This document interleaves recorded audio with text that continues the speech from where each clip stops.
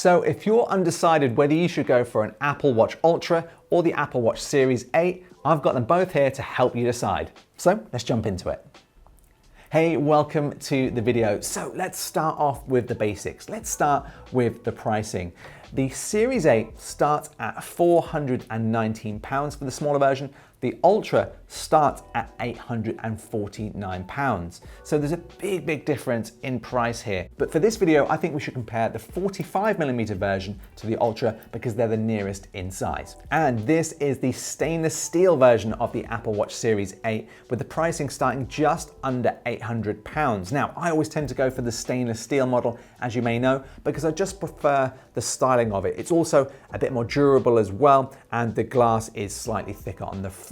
But that does mean the pricing is very close. If you do go for a stainless steel model like I do, there's only about £50 difference, and arguably this is much more durable and it has better battery life. But if you are thinking of getting your very first Apple Watch, I would definitely consider getting the aluminium version, the cheaper version of this, because they've improved the silver color of the aluminium and you can still pair it really nicely with stainless steel bands. And there's more color options as well. With the stainless steel, you've got gold or silver. With the aluminium, you've got many more color options to choose from. And it's half the price and does almost everything the Apple Watch Ultra can do. Now let's talk about the design of these two watches. The Apple Watch Series 8 is the classic slender design that we all know and love. On the right hand side here, we just have the digital crown and we have kind of a flush button here that you use for things like Apple Pay and changing your apps. And really, that's it when it comes to the design. With the Apple Watch Ultra, we've got a much thicker watch here that allows for that bigger battery. We have a flat display instead of the curved display on the Series 8. On the right-hand side, we have a larger digital crown, which is protected so you can't easily knock it as you're doing a workout. And we have a button that pushes out a little bit more. So if you are someone that lives in maybe cooler climates and you wear gloves a lot, or you do scuba diving or mountaineering, you can press this button easily with gloves on. On the left-hand side, we have this new orange action button. And I think this button should be on every Apple Watch. It makes just starting a workout much easier. But you can also add trackbacks in there. You can press it and use it to start your flashlight or even add in laps for workouts. So I really do like this. But of course, there is a big thickness between these two. And with the thickness and the bigger battery, it's also a lot heavier as well. It's roughly twice the weight of the Series 8 aluminium version. So just something to bear in mind. Now, one concern I had was, would this Apple Watch Ultra be too thick to wear? Now for me, I do have some classic watches. I've got quite a thick Breitling that I always like to wear, and this is about the same thickness as that. But because the screen is now 49mm and it's thicker, I think if you have thin wrists or you like classic thin watches, this may be too thick for you. My wife has tried this on, and because you can only buy this in the one size, she said it's definitely something now she wouldn't consider because it's way too thick on her wrists and she's used to the smaller 41mm Apple Watch, so she's going to stick with that. Now, the biggest difference in my opinion between these two watches is the battery life. This little bad boy here, the Apple Watch Ultra, says it gets around 36 hours of battery life, but if you saw my review, you'll know I got almost an entire work week from Monday to Friday on a single charge, turning off at night and then just turning it back on the way to work. This gets me through a day and a half, but realistically you will need to charge it every single night. So if battery life is an issue for you, consider the Apple Watch Ultra. Let's talk about the insides. The Apple Watch Ultra and the Apple Watch Series 8 both have the S8 processor with a 64-bit dual-core processor. They both have the W3 chip, and they also both have the U1 chip on board as well.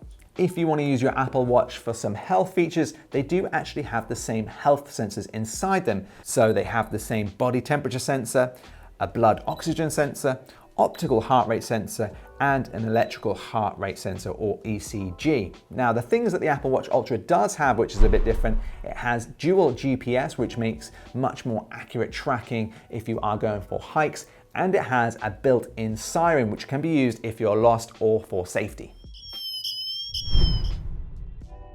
Now, if you're into swimming, snorkeling, or diving, this section is for you. Which one should you go for?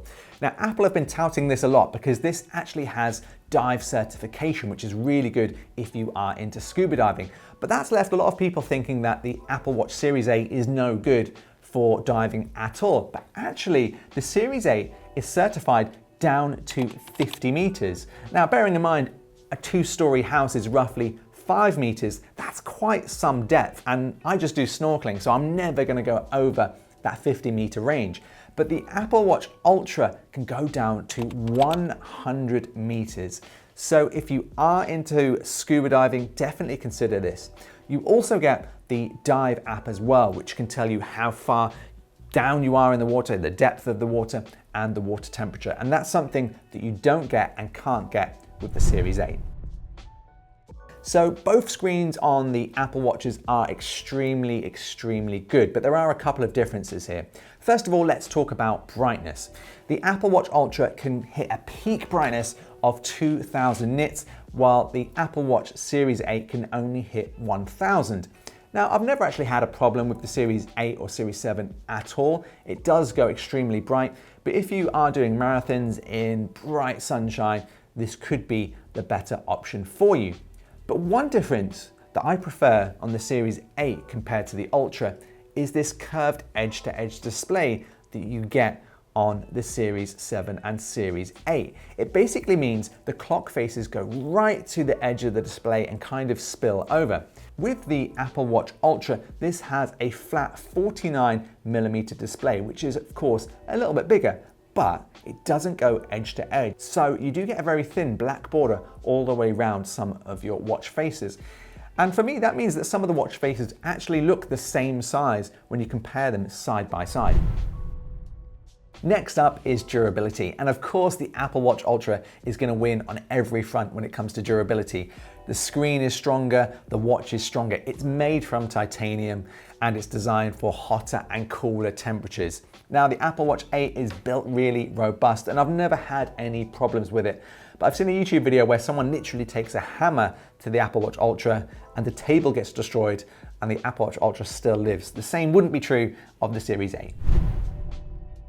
Next, let's talk about the strap situation for these watches, because it's going to be one of the main things you're going to want to do when you get one of these new watches. Yes, this comes with the Alpine Loop. It's pretty good for hiking, but it's not very nice for wearing on a night out with a shirt or your best dress or whatever you might be wearing. So one thing you're going to want to do is pair it with some nice new straps. Now, the good news is they both take the same straps. They both take the 45mm straps. So any strap that you already own, you can pair it with the Apple Watch Ultra and the Series 8. We did do a video about 18 different straps you can pair with this, and you can watch that by clicking up here or after this video. But when you pair it with a strap, I personally think the Series 8 looks slightly better because it is thinner, it is sleeker, and you get the edge-to-edge displays, which means the clock faces look slightly more real.